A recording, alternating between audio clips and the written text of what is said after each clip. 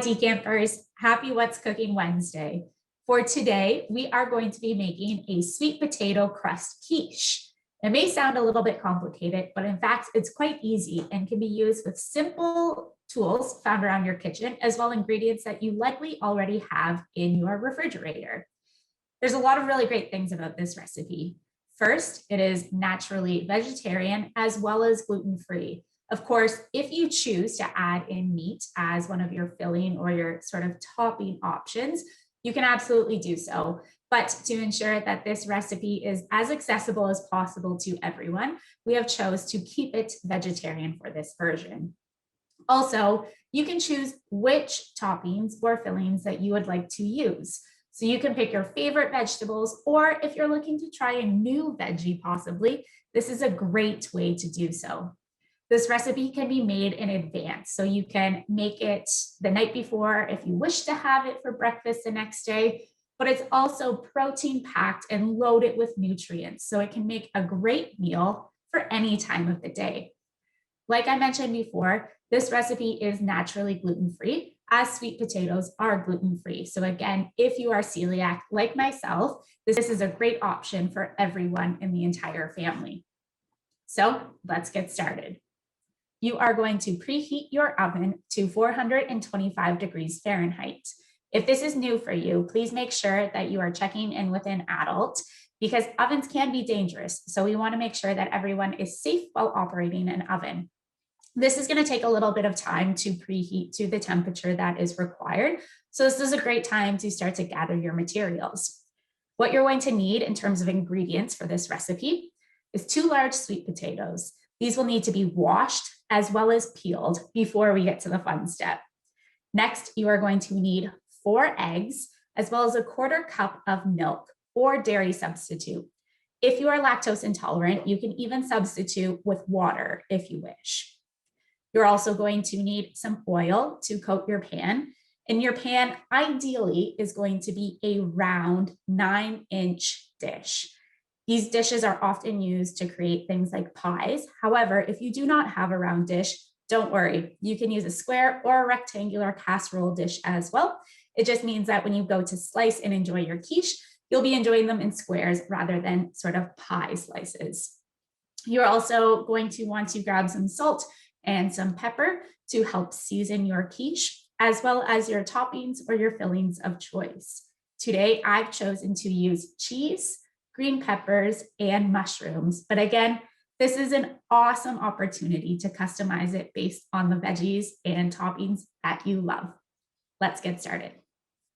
So the first thing that we are going to want to do after we have preheated our oven is to wash our hands as we are preparing food. So if you have not done that yet, please pause your video and go wash your hands. Make sure they are nice and clean.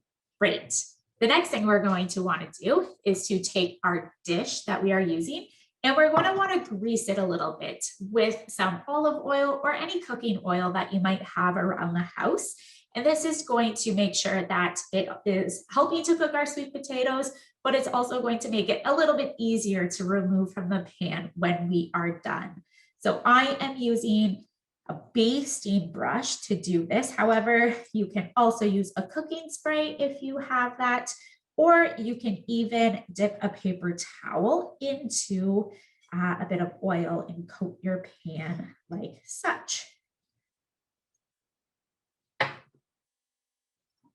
And there you have it. Step 1 done. The next thing you are going to want to do, if you have not done so already, is to wash and peel your sweet potatoes. It's also going to be a little bit easier if you cut off the ends of your sweet potatoes, just because typically it's a little bit harder to peel the skin off on those ends. And you're simply going to use a vegetable peeler to do so. Again, these vegetable peelers can be a little bit sharp, so please ask an adult if this is something new for you. With your sweet potatoes, the next part is to shred them. And this can be done either with a cheese grater, and it doesn't have to be a container like this. It can be your traditional sort of box style one, or in a food processor. I don't have a food processor, so I'm going to simply grate my sweet potatoes. And it's just like a big block of cheese, really. You are going to slowly grate your sweet potatoes. And again, this might take a little bit of time.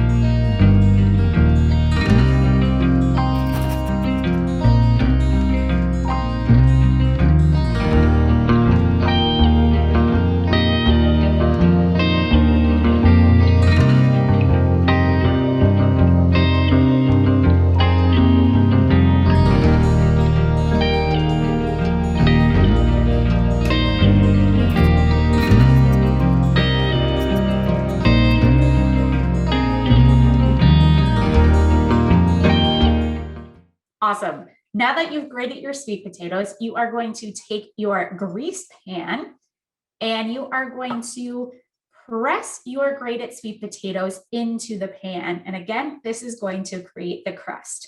There's no perfect way to do this. And again, this step may get a little bit messy, but if you would prefer not to use your hands, you can use the back of a spoon to really help press it into the shape.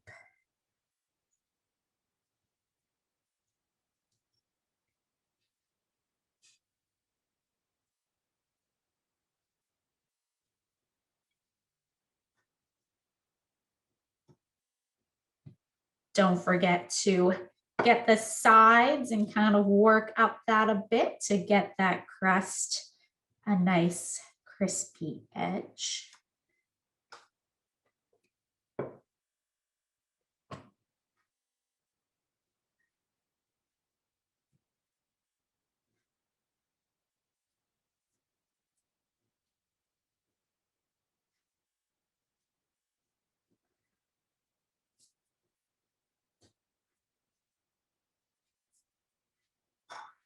And once you've done that and pressed your sweet potato into your pan, hopefully your oven should be preheated to 425 degrees Fahrenheit now.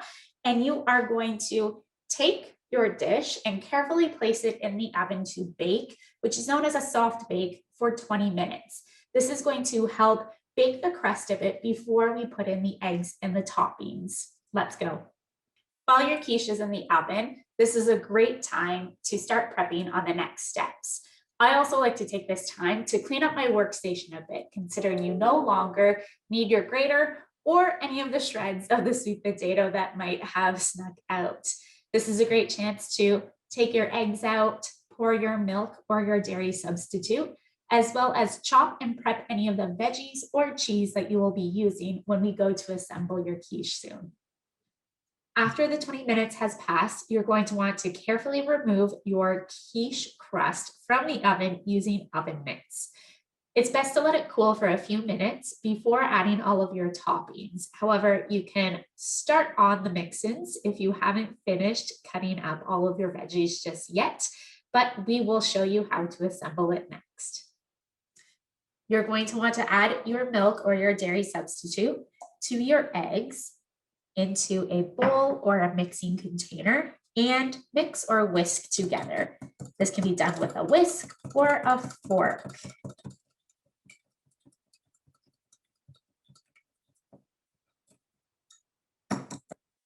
Next, you're going to want to add your salt and pepper or any seasonings you are choosing to use. Again, this is what is great about the recipe is it's easy to customize. So if you like a little bit of spice, you can always add in some spices to it.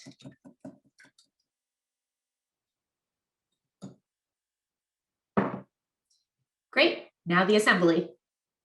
Taking your freshly baked crust, you're going to want to be mindful of the pan as it could still be hot from the oven. But next you are going to add in your fillings. Again, for mine, I am using green pepper, mushroom, and cheese. And I find it easiest if you add in your fillings first. So add that right on top of the crust. And you can use as little or as many fillings as you would like. And then you're going to simply add in your egg and milk mixture.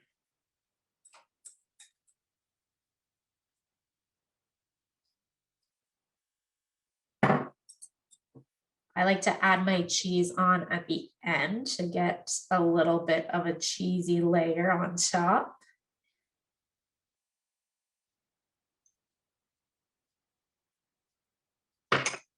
And there you have it. You're going to pop this back into the oven again at 425 degrees for 20 to 25 minutes. Keep an eye on it, especially if you have any of your sweet potatoes still popping out, as they can get a little bit crispy. So just keep an eye on it at around the 15 to 20-minute mark, and then you'll be able to carefully remove it from the oven, allow it to cool for a few minutes, approximately 10, and then serve and enjoy. Let's see how this turns out. And there you have it. After 20 to 25 minutes, you should check on your quiche and make sure that there's not too much wiggle in the middle. If there is, it just means that it might need a little bit more time to cook. And if you find that the edges are crisping up, but the middle is still not quite set and a little wiggly, my tip for you is to place a layer of tinfoil on top. This will help to cook it internally without burning the top. But there you have it. We would love to see what your quiche creations look like. Share by tagging us on Instagram. The nutrition information has been included in the recipe card that we sent you. However, please keep in mind that this is going to vary depending on how thick you made your crust, what toppings or fillings you may have included, and even how large you make your slice. So please note that these are just recommendations or starting points. You can always consult with a healthcare professional if you have questions. Hope to see you soon. Bye, friends.